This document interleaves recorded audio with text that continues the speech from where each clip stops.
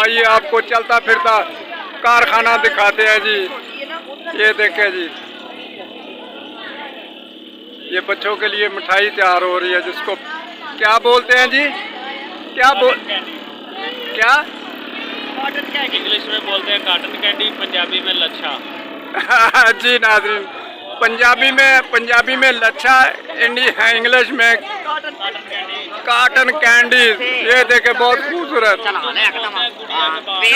और उर्दू में क्या बोलते हैं जी? गुड़िया के बाल। गुड़िया के बाल। और आपका नाम? मोहम्मद मुजम्मल। कहाँ से? मामू कांजन से दोस्त आए हैं जी 192 का पे कोटला में। और देखे बहुत प्यारा इन्होंने ये लच्छा बना दिया, कॉटन कैंडीज बना दिया। और इसको क्या बोलते हैं जी? गुड़िया के बाल। गुड़िया के बाल, खाने के और दिखाने के और।